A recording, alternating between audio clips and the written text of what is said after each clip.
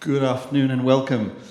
A room full of excited people and 10 very nervous people.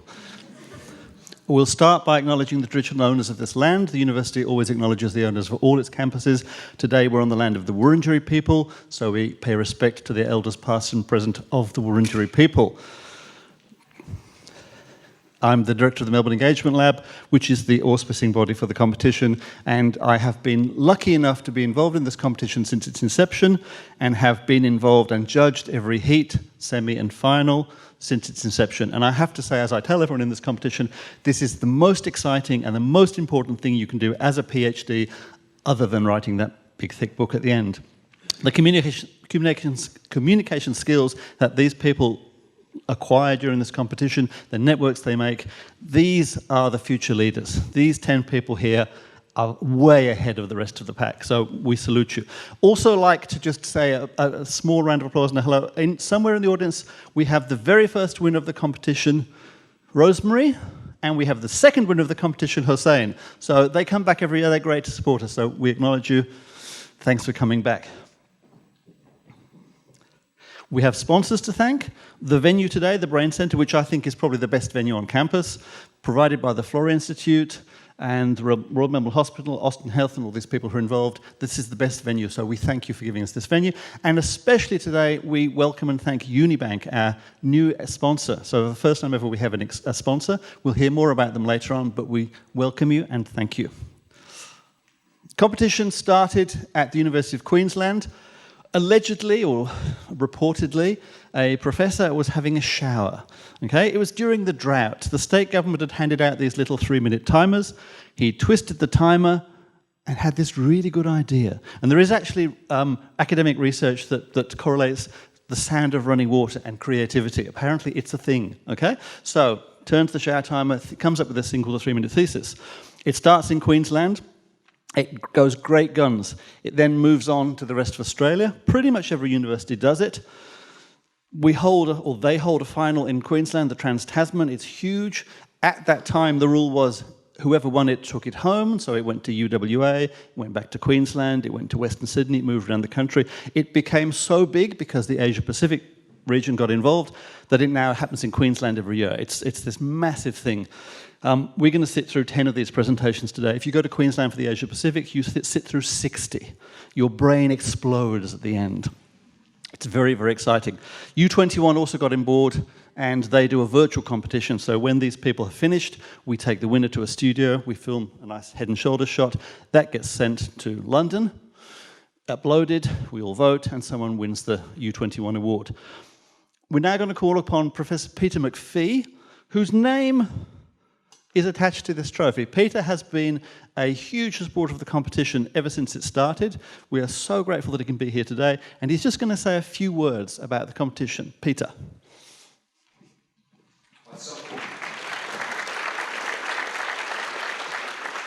Thank you, Simon, and let me congratulate Simon on the work that he's put into this year after year. It's a very, very special occasion, as all of us will come to realise, and a lot of it's down to the great skill and energy that Simon puts into it. As he said, the people who are about to participate this afternoon are facing a challenge. For the rest of us, really, though, it's a celebration. It's a celebration, first of all, I believe, because it celebrates how important postgraduate research is within the University of Melbourne. This is the biggest university in Australia in terms of the scale of research that goes on, and there are as many PhD students as there are academic staff. And the research that they do is absolutely fundamental to the standing and the richness of this place in terms of research. It's also a celebration because, as Simon said, it's about celebrating the skills of communication. Apart from a very, very small number of disciplines, our belief is that RHD students or PhD students should be able to communicate the core or a central idea of their research in a lucid, succinct, engaging way in 3 minutes. It's an extraordinarily useful skill to have, whether it's just to be more interesting at a party or if you're in that legendary situation of being stuck in a lift with an important government minister or funder, and you've got 3 minutes to sell your research and get some support for it. But you will find, all of the people who've been involved in the heats will find that the ability to articulate clearly something fundamental about your research will stand you in really good stead. The final way in which it's a celebration is that this is one of the most enjoyable moments of the university year. And the people that are about to inform us, impress us, entertain us, are wonderful. But for the rest of us, it really is going to be an afternoon of celebration of the great richness of the skills that they're developing. So again, welcome to all of you and good luck to the contestants. Thank you. Thank you. And while we're acknowledging traditional owners, I've just noticed that in the audience, Professor Dick Strugnell from the now sadly dear departed Melbourne School of Graduate Research, who looked after the competition before it was passed lovingly onto the Centre for the Study of Higher Education. So Dick, welcome. Thank you for coming.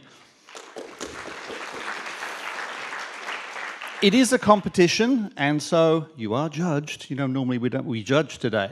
We have 4 judges. I will introduce them to you. Rhea Kalimsis, who is the business relationship manager from our sponsor Unibank. Rod Quantock, national living treasure, writer, comedian, research associate.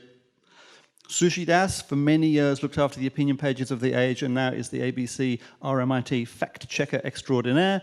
And Jessica Tang, who not only did she win last year, but she brought the trophy on the bus. Okay? These people are your judges. They will be looking for a couple of things that we'll tell you in a minute. The rules, very, very simple. No singing, no dancing, no rap, no tap, nothing. It's the power of the written word and the oratory. You get a PowerPoint slide, which is essentially the backdrop to your one-person show. It's a single slide, it's static, there's no animation, there's no bells, no whistles, no sound effects, nothing. Okay, so it essentially is your skills as a communicator. You stand here, you have 3 minutes. The golden rule is at exactly 3 minutes or less. You go over 3 minutes and you hear, and you're off, okay? That's probably the most important thing. If you hear that bell, it's very sad. We never want to hear that bell. The judging criteria, which I won't go into in great detail, essentially the judges are marking these people on what they have to say and how well they say it or how they communicate it. So at the end of it, are you excited? Are you interested? Do you understand what is always quite complex research? And do you want to know more? My judging criteria is always at the end of it, do I want to take you out for a coffee to find out more? Mark out of 10 for each of those criteria. We total it up. We do the maths. We pretty much stick to the maths, and then we award the prizes. Up on the screen are the prizes. Quite good prizes. But it is not just about the prizes. So while there are substantial prizes to be won, and were you to win here and go on to Queensland to win, you then get to go to Berlin. It's quite a journey that you go on. But it isn't just about the prizes. It is about the communication skills. It is about the networking. If you delve into the stories of previous winners and find out where this competition has taken them, it is amazing what this thing can do for you. We have people at Harvard. We have people with million-dollar startup companies, all tracing their, exciting journey back to 3MT. So it's a great place to start. That's probably all we need to say. How it works is, I will introduce each of these people. They have what we call the pre-slide, which gives you the copyright information, where they're from, any funding, any acknowledgements. As they step forward, their show slide comes up, and that is the backdrop to their performance. They will start speaking, we will start timing. They have to stare at a screen with numbers. It's horrible. There's this countdown in their faces. So these people are amazing communicators. At the end of it, round of applause, we move on to the next one. So let's start. Yeah, good time to turn your phone off to silent. Good time to note the emergency exits, tray tables, the thing.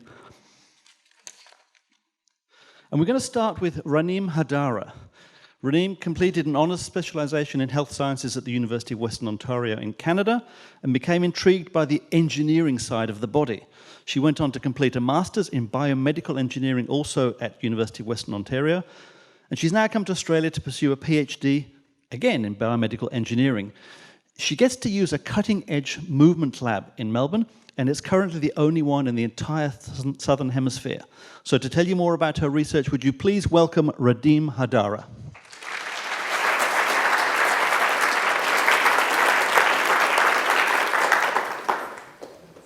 To brace or not to brace? That is the question that many athletes have been asking.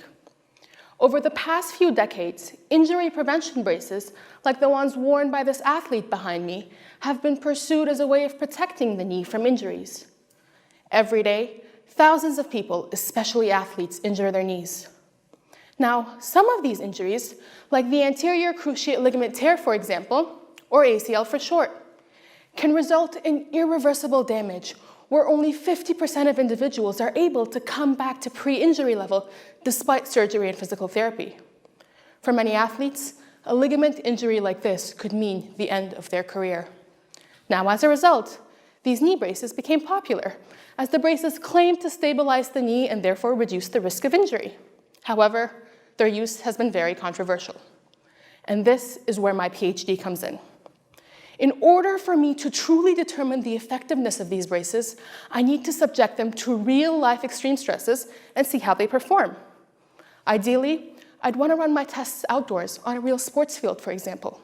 But due to technical limitations, I can't. So the next best thing to do is try to bring the outdoor field into the lab, which is exactly what I'm doing. I'm running my experiments using this state-of-the-art virtual reality biomechanics lab. Using this lab, I'm able to mentally and physically load my subjects in a way that is close to a real-life scenario. I'm even able to control the ground beneath them and cause things like slips and trips to see how much the braces are helping them during these unanticipated movements. This unique lab is allowing me to collect realistic data that would have otherwise been impossible to obtain. And using this data, as a biomedical engineer, I can calculate things like joint angles, joint stresses, and even how much knee ligaments, like the ACL, are being strained. Now, if my results show that the braces are helping in these aspects, then they're in fact working. And through their use, we can decrease the risk of injury and help save billions and billions of dollars worldwide each year. Now, on the other hand, if I find that they're not working, then I can still help athletes make more informed decisions and possibly save them millions of dollars that would have otherwise been spent on these braces. I believe that my study will bring us one step closer to putting an end to this controversy. To brace or not to brace, that is the question that I plan to find the answer to. Thank you.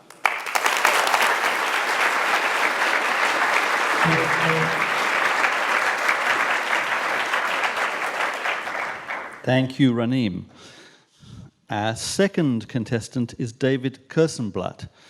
David is doing his PhD in mathematics with Professor Chaim Rubinstein, working on the theory and applications of optimization algorithms.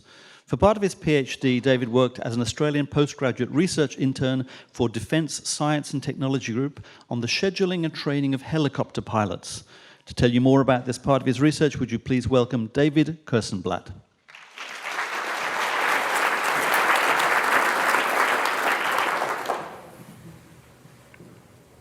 Have you ever wondered how you could work better, faster, and achieve more? Many of our everyday concerns involve choosing how to make the best use of limited resources, like time. Mathematicians, like myself, call such challenges problems in optimization. Sometimes you need software to help you optimize your time. For example, Google Maps helps you find the shortest route from A to B. But how does it do this? To build optimization software, we need to create mathematical algorithms. This is what I'm doing in my PhD. For part of my PhD, I worked as an intern for Defence on a real-world challenge to schedule the training of helicopter pilots. The challenge is to minimise the total time to graduate all students in the program. This benefits Defence because it saves money. It also benefits the students who just want to graduate quickly and start flying. Each schedule must satisfy 3 simple rules. First, a schedule must cover all courses in a student's syllabus. Second, a student cannot be in 2 courses at once. And third, a student can take a course only if he or she has taken its prerequisites. These rules, when expressed as equations, give rise to a huge number of possible course combinations. So we need maths to have some hope of honing in on the best solution. The key insight came after 6 months of struggling with pen and paper. We'd been thinking of the problem as a sort of Sudoku puzzle, as in a newspaper. So to solve Sudoku, you need to cover a grid with numbers. And in the same way, we were trying to cover a schedule with courses.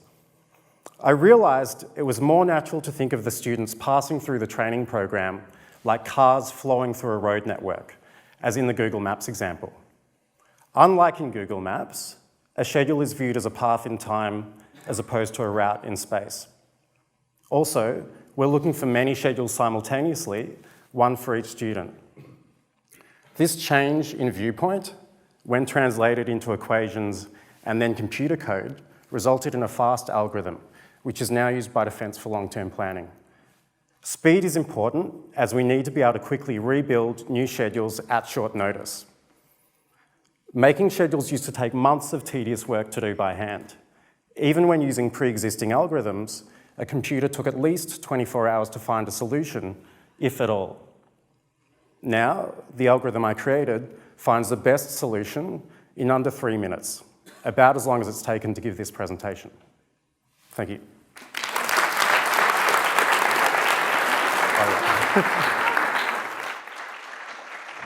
Thank you, David. Number 3 is Ashley Morris West. Ashley graduated with a Bachelor of Science and a Doctor of Veterinary Medicine from the University of Melbourne. She has a keen interest in horses and horse welfare. She's currently working within the multidisciplinary equine limb injury prevention group, looking at identifying how training, speed, distance, and stride characteristics influence the development of bone injuries in thoroughbred racehorses. To tell you more about this research, would you please welcome Ashley Morris West.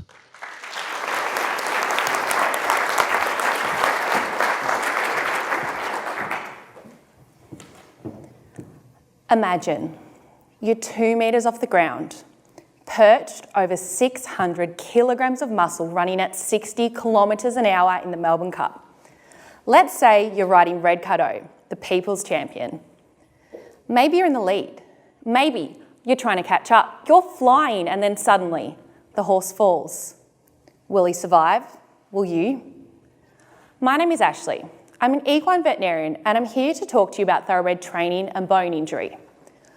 Australian injury rates are the lowest internationally, but despite this, injuries on race day and in training can be fatal for the horse and jockey alike. What we want, as the TAC would say, is towards 0 lives lost. Injuries in racehorses typically originate in areas of intense stress on bone with repeated loading, so they're essentially a function of the speed and distance travelled. Every footfall of the horse at a gallop creates damage at the microscopic level, which bone resists by repairing and strengthening. The rate of damage has been tested on bones in the lab, but our research group was faced with a fundamental knowledge gap. Before we can determine a safe range of workload, we first need to understand, what are racehorses actually doing? How fast and how far are they galloping? And how much time is spent in reparative rest phases? So this became the basis for my PhD. I travelled across Victoria to interview 66 thoroughbred trainers to get a picture of what their horses' days, weeks and months look like. I found a huge amount of variation, both in the rate trainers introduced galloping and the total monthly workloads. So much so that the highest intensity trainers galloped horses 4 times as far as the lightest training group. What's more, the average monthly gallop distance was greater than distances previously reported to be high risk for fracture from the UK. However, trainers actually rested horses more frequently compared with international reports, potentially providing more opportunity for repair of underlying bone damage. In determining workout plans to reduce injury, it is important we also examine their effect on racing success, ensuring horses still run to the best of their ability while safeguarding welfare.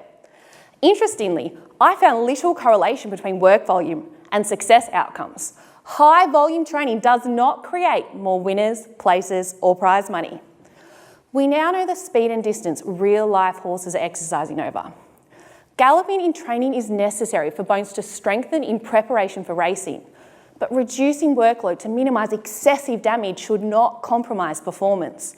With these findings in mind, we can work towards determining the best range of workload to reduce injury, with that end goal towards 0 lives lost. Thank you.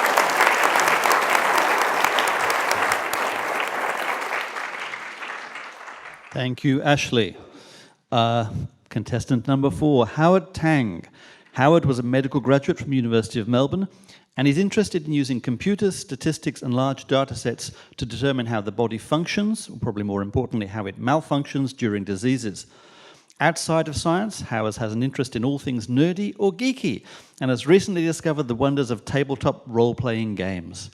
Very sad, really. To give you a greater insight into his PhD research, would you please welcome Howard Tang?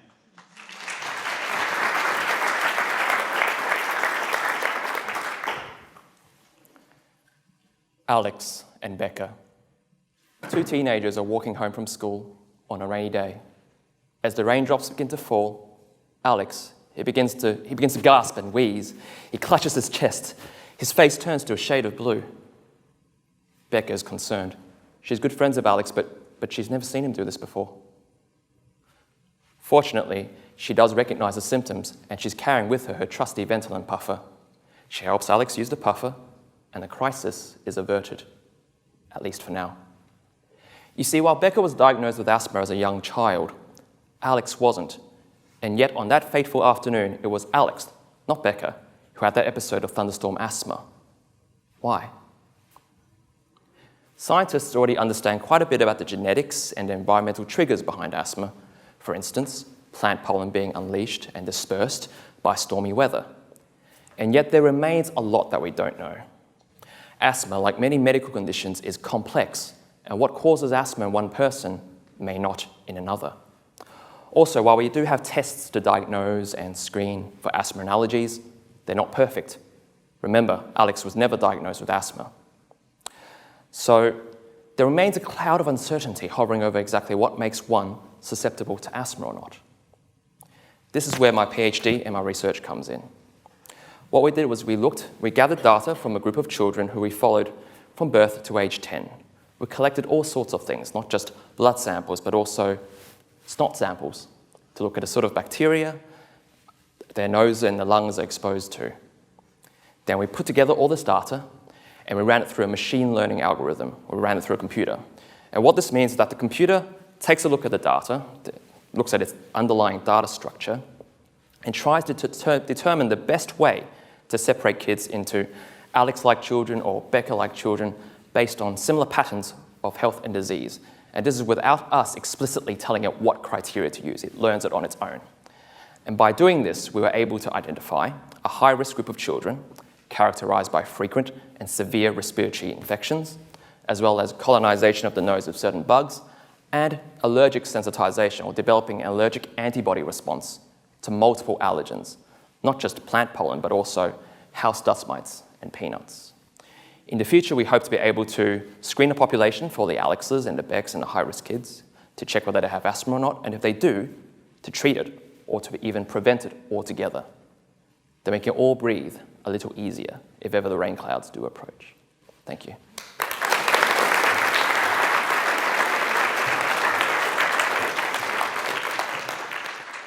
Thank you, Howard. Contestant number 5, Rebecca Thornton. Beck started her career as a registered nurse at the Royal Children's Hospital in 2002, and she's dedicated the past 15 years to improving the quality of care for children and their families through clinical care, education, and research. Her research interests include pediatric and neonatal palliative care, and Beck's ultimate professional goal is to enhance the quality of end-of-life care for children and their families. To talk to you more about her research, would you please welcome Rebecca Thornton.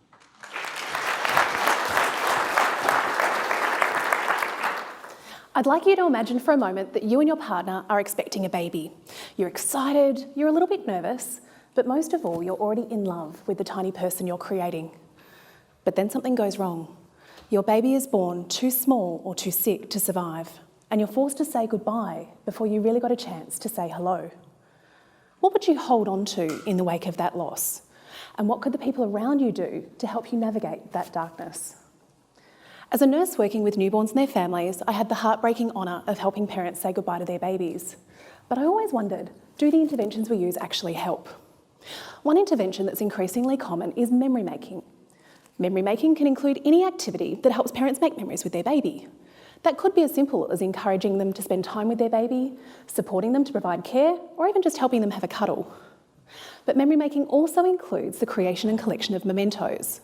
Things like photographs, a lock of hair, a favourite blanket, or a footprint. So what does the evidence say about these memory making interventions? Interestingly, not much. Anecdotally, we know that parents like memory making interventions, but we don't really understand the significance they hold for parents or the impact they might be having on grief. That's where my research comes in. I've spent the last 3 years asking bereaved parents about their experiences of memory making, and they had 3 really important messages to share. The first message was that their most precious memories were of parenting their baby. Opportunities most of us would take for granted, like giving our newborn a bath, holding them against our skin, or even just changing a nappy, took on incredible significance for these parents who were trying to fit a lifetime of love into a few short days. These opportunities for parenting also allowed people to step into their role as parents, and that has important implications for identity. The second message was that mementos are so much more than just keepsakes. For a parent whose baby never went home, one of the great fears is that others will forget about your baby or not even acknowledge they existed. For the parents in my study, mementos were proof of life, proof that their baby existed, proof that their baby was real, proof that their baby matters. The third message was the most surprising, and that was around guidance. Now, as a health professional, I was trained to avoid guiding people. We're supposed to present information in a neutral way and let people make their own decisions. But that was the exact opposite of what the parents in this study wanted.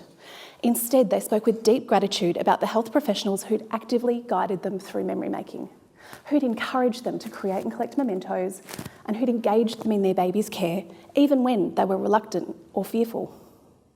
It's my hope that these messages will be integrated into bereavement care for parents, improving their experience of memory making and providing a tiny spark of light in that darkness. Thank you.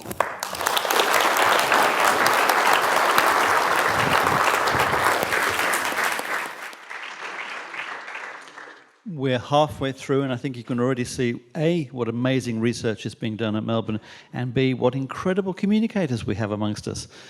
Contestant number 6, Marnie Greco, is a physiotherapist from the Austin Hospital. Her research ambitions include improving the quality of healthcare provided to people with disability using knowledge translation methodologies. Her thesis, which is titled Towards Better Management of Obstructive Sleep Apnea and Tetraplegia, will be submitted in October this year, so Marnie's probably quite busy. To talk to you more about her work in just 3 minutes, would you please welcome Marnie Greco.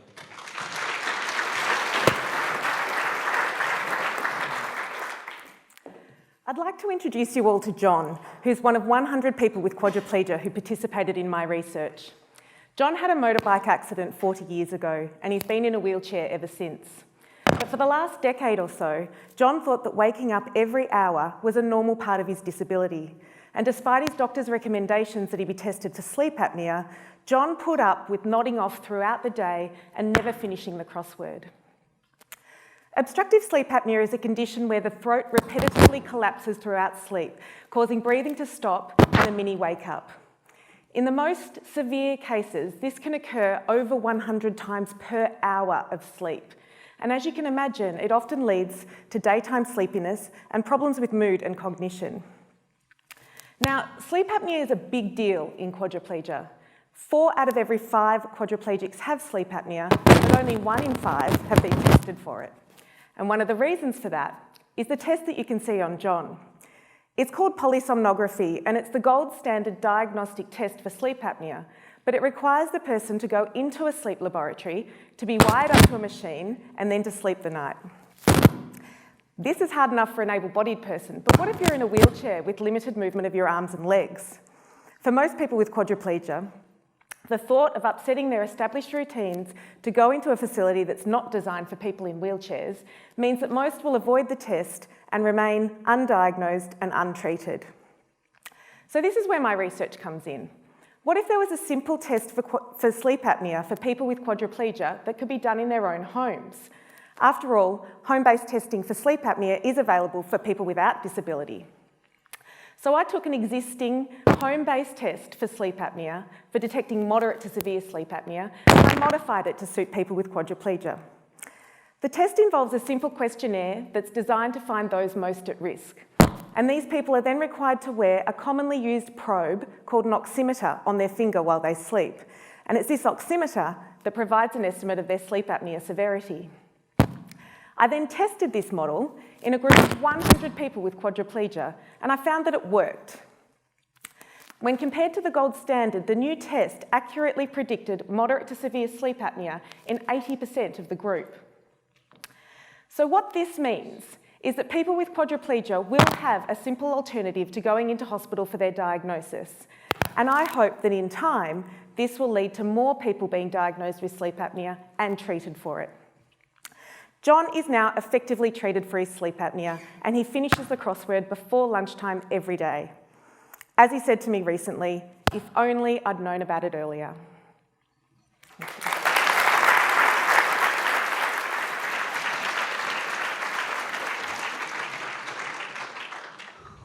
Thank you, Mani. Our seventh participant is Karthik Pullela, who is a researcher in the Department of Microbiology and Immunology in the School of Biomedical Sciences. Before he started his PhD, Karthik worked on antibiotic resistance and on the bacteria that cause tuberculosis. Outside his work, he's passionate about the environment and has plans to plant and care for 100 trees during his lifetime. To tell you more about his research, would you please welcome Karthik Pullela.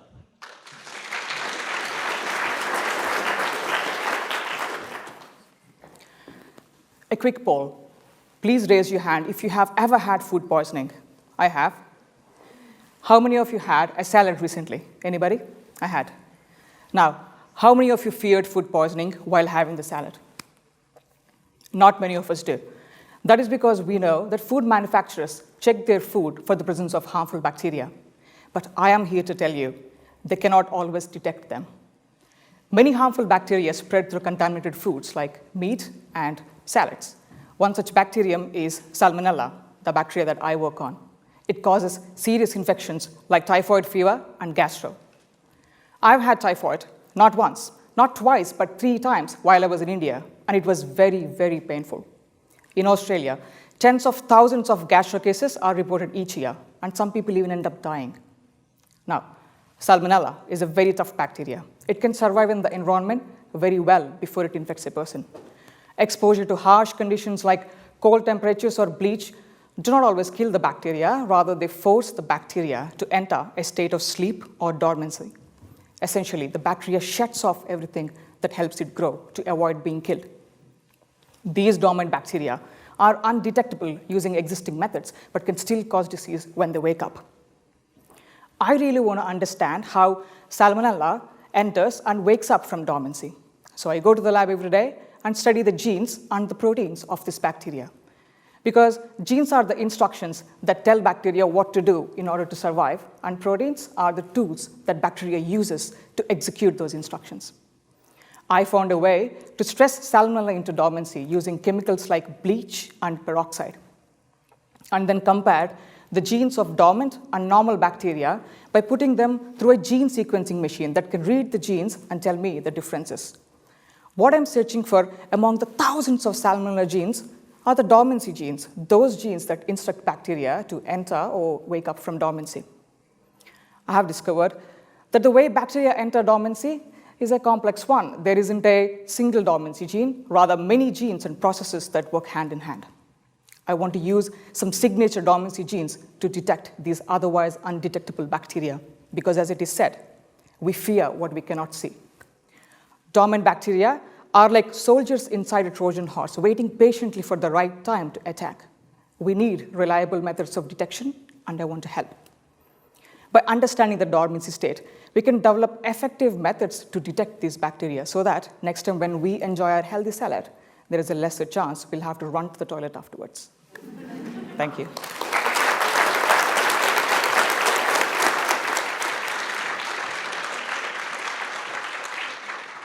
Thank you, Karthik. Our 8th participant is Chinchu Mohan. Originally from India, Chinchu did her undergraduate work in agricultural engineering at Kerala Agricultural University, and then a master's in land and water resources engineering from the Indian Institute of Technology in Kharagpur. Currently, she's doing her PhD in the Department of Infrastructure Engineering on the impact of global food production on groundwater depletion. To tell you more about her work, would you please welcome Chinchu Mohan.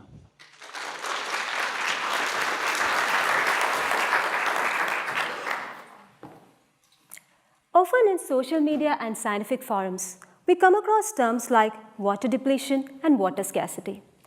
And we tend to think that this is happening somewhere else in the world and someone far away being responsible for it. Have you ever thought how much me and you are contributing to this big issue from the food we eat every day? In my research, I'm in a quest to find an answer to this. I'm trying to study how much water is being depleted, in particular the groundwater, that is the water under the soil, for food production. I study various irrigation practices and water consumption of 63 countries all over the world. And I was shocked to find that a third of these countries are overexploiting groundwater in the name of food. Every year, 432 million tons of food is being produced as a result of this. And this is equivalent to the food required to feed a tenth of the world population for a year. In the light of these findings, as a hydrologist, the most challenging question I have to face is, will it be a viable solution to save our water resources risking hunger? As you all are thinking now, the first answer that came to me was also a real big no. But if we continue like this, we'll run out of our water resources very soon. And the ones who were in Australia during the millennium drought period clearly know how traumatizing it is to live in a water-scarce condition. So, it's essential for us to find a balance between the food and the water. In order to find this balance, I estimated the water depletion all over the world. And it was not an easy task, as the world is so diverse and the water use patterns were highly varying from place to place and from time to time. So I made use of supercomputers to analyze different possible strategies to limit the depletion. Surprisingly, from the results I found that the current water scarcity can be significantly reduced without compromising the food production just by saving the water we waste. My research showed that water savings in agriculture sector itself can reduce the depletion by 40%. And the good news is, this water wastage in agriculture and industry can be very well controlled by adapting water-efficient irrigation practices and also by promoting better water recycling systems. And it's important to realize that this water wastage and water savings are not limited to just agriculture and industry. Each and every one of us can also join this fight to save our water resources, even by closing a dripping tap. And remember, even the tiniest step you take today would decide the future of our planet and the fate of generations to come. Thank you.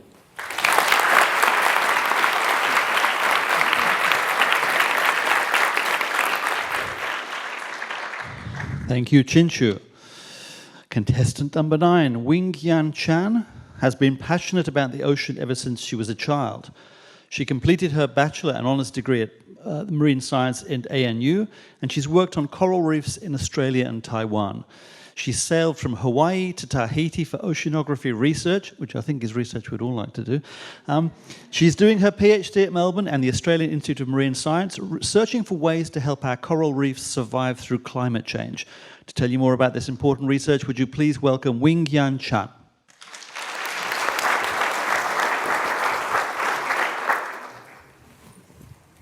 In the last 30 years, half of the world's coral reefs have died, mostly because of ocean warming.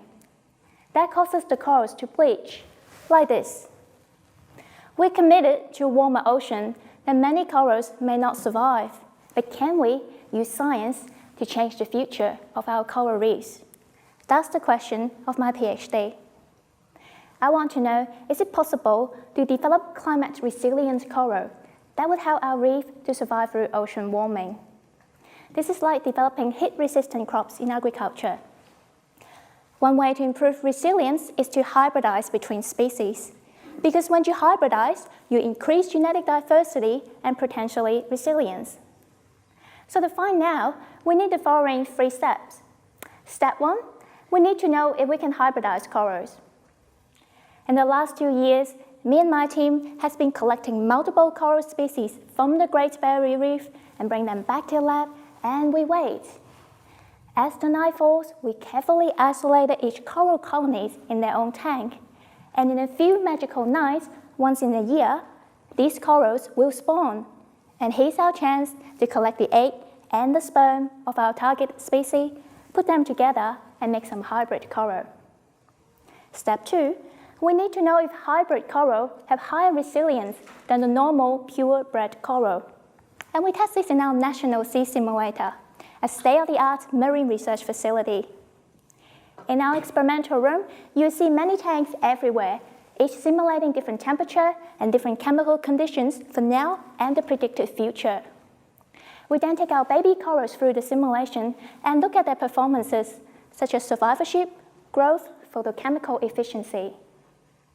What's most exciting is in condition when the purebred coral has gone extinct in the experiment, hybrid corals survived. Hybrid corals survived 15 to 35% better than many purebred coral. This is very encouraging, and in the final step, we have to test if the hybrid coral not just have high resilience in the lab, but also in the field and in the long term. We have succeeded in the first 2 steps so far, and if we are successful all the way through, this research will open up a new avenue in coral reef conservation. Hybrid coral with high resilience can be transplanted to the reef to help this reef to survive through ocean warming. Not only that, we can also use this resilient coral to replant reef that we have already lost and bring back these ecosystems. My wish is science can change our future, and this will not be the future of our coral reefs.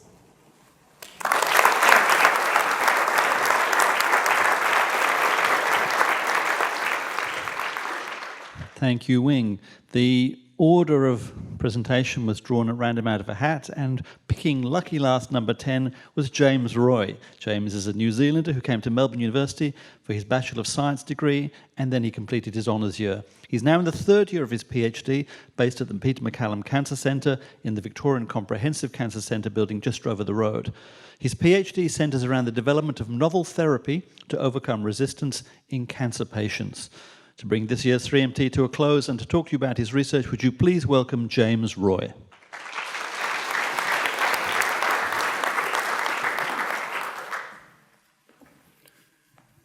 In 1961, President Kennedy made the seemingly impossible commitment to land a man on the moon.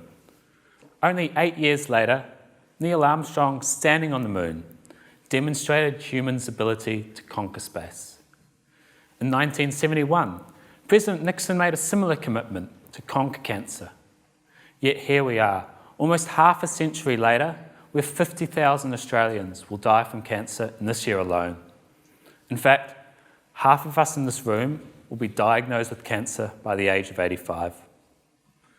One of cancer's most challenging traits, hampering our ability to defeat it, is the cancer's ability to develop resistance to therapy. Messages sent between cancer cells or between the cancer and its surrounding environment drive tumour growth. Drugs blocking these messages deliver promising initial responses within patients. But these drugs nearly always become ineffective as the cancer learns to remodel itself and starts to rely on alternative messages to survive, grow, and develop therapy resistance. How these alternative messages reach and stimulate the cancer cells is unknown. Therefore, I sought to investigate one of these alternative messages, to determine the components required for its transmission, and to develop novel therapeutics to prevent resistance development. I found that a component called RIC, which sits on the surface of cells, acts almost as a satellite dish and relays one of these alternative messages from outside the cancer cell to inside. I genetically deleted RIC in melanoma and lung cancer cells grown in the lab, including therapy-resistant cells, and found that loss of RIC stopped the movement of these cancer cells and causes their death. I have developed 2 potential drugs that can block RIC from relaying these messages, and I'm assessing if these potential drugs can combat melanoma and lung cancers in mice, even when these tumours are resistant to clinically used therapy. Cancer cells create a favourable environment around themselves to aid in the growth and the development of resistance. I'm utilising cutting-edge technologies to determine if my drugs targeting RIC will attack the cancer-promoting environment, as well as the cancer cells. This work presents 2 novel drugs for preventing resistance development by targeting and countering cancer's alternative messages, and works towards not only finally fulfilling that presidential commitment, but also towards allowing us to take another giant leap for humankind. Thank you.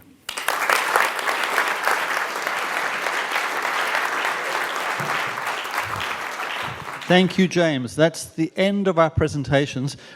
What you can't see is what I can see, which is 200 people on the edge of their seats, absolutely rapt, and 10 people like, oh, thank God. We're just going to keep the tension going for 10, 15 more minutes. What happens now is, first of all, our judges retire to the VIP judging suite where the champagne and the caviar just flows. And while they're gone, you have your chance to make your decision. Because we have a People's Choice Award, which is brought to you by Unibank. You get to vote. The link is on the screen behind me. For 10, 15 minutes, you get your phones out, your laptops if you have them, whatever you've got, and you can vote for your favourite. So we will be awarding the second prize, the first prize, and then the People's Choice. And it's always interesting to see whether the people and the judges coincide. That's it. Thank you to our contestants. You all were amazing. You just got to sit there and be really nervous for 10, 15 more minutes. Thank you. Okay. Would we like to... Every year, we have 2 tied. I actually think the Survey Monkey people are just playing with us. So if you're going to vote, this is your very last chance. We have 2 people who I will not name who are tied. We need a winner.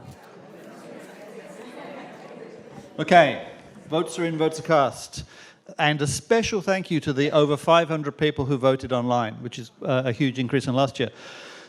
Just to build the tension, what we're going to do to say a huge thank you to the 10 people who have just educated, entertained, and inspired us. They get a small gift voucher, and I'm going to ask Rhea Kalimsis from Unibank to come and present them, and we'll have them all up on stage, and right at the end, we'll give a huge round of applause. So, calling up in order of presentation. Where is my list? Rhenium Hodari.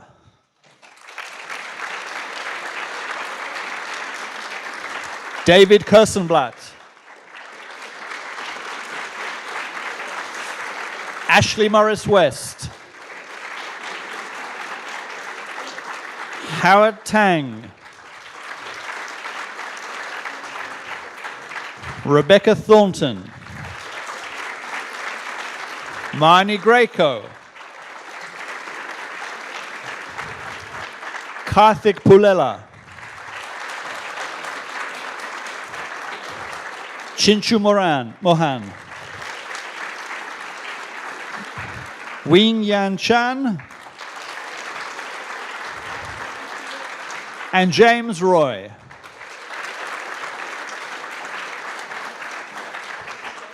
And I'm just going to put Rhea on the spot because Unibank is a brand new sponsor. We love them for sponsoring. And would you like to say a few words? Just a couple, maybe. I won't be too long.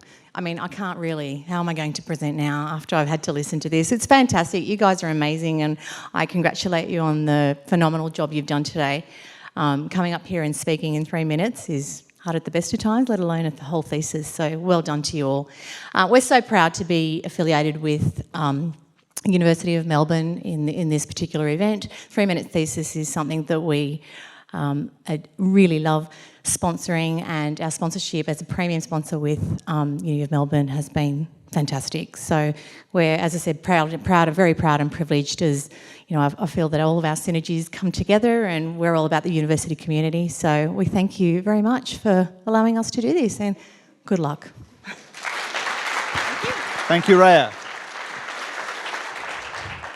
If any of you want an even, if possible, better time than this, up on the screen are the dates of the Asia Pacific competition. As I say, you get to sit through 60 presentations. It's actually quite exhausting. And if ever you've judged it, which I did once, you need a huge lie down at the end of it. And then once we've picked our winner today, U21, it's a virtual competition, so we all get to vote. You go online, you look at all the videos, and then of course you click university. No, I mean, you choose the best, and we see who'd win. Now, we're going to announce the winners. I'm going to get Peter Mcphee to join me again because his name is on the trophy. We're going to start with the second prize.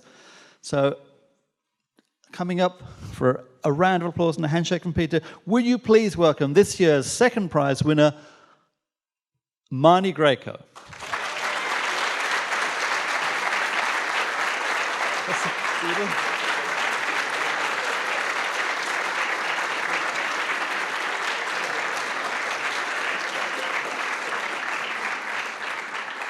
And to receive the Peter Mcphee this cup and have that name put on the little plaquey thing at the bottom, this year's winner, would you please give a huge round of applause to Wing Yan Shan.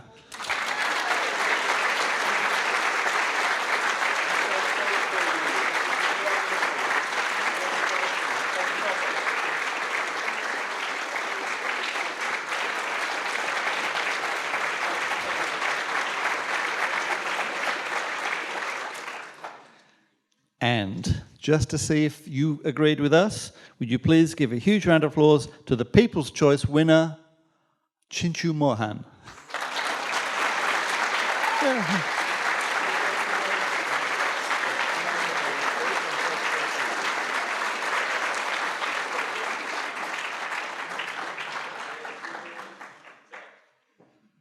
Thank you to all of you for coming today. Thank you to the judges for doing what is an enviable job. You did an amazing, I don't know how you did it. So well done. Thank you to Dina. Thank you, Melissa. Thank you, everyone who did it. All we have to do before we go now is get our diaries out. Next year's competition starts in June. Note it down. It's well worth coming to. And then we'd invite you to join us outside for a few drinks to celebrate our winners. In fact, to celebrate all of these 10 amazing people. Thank you for coming today.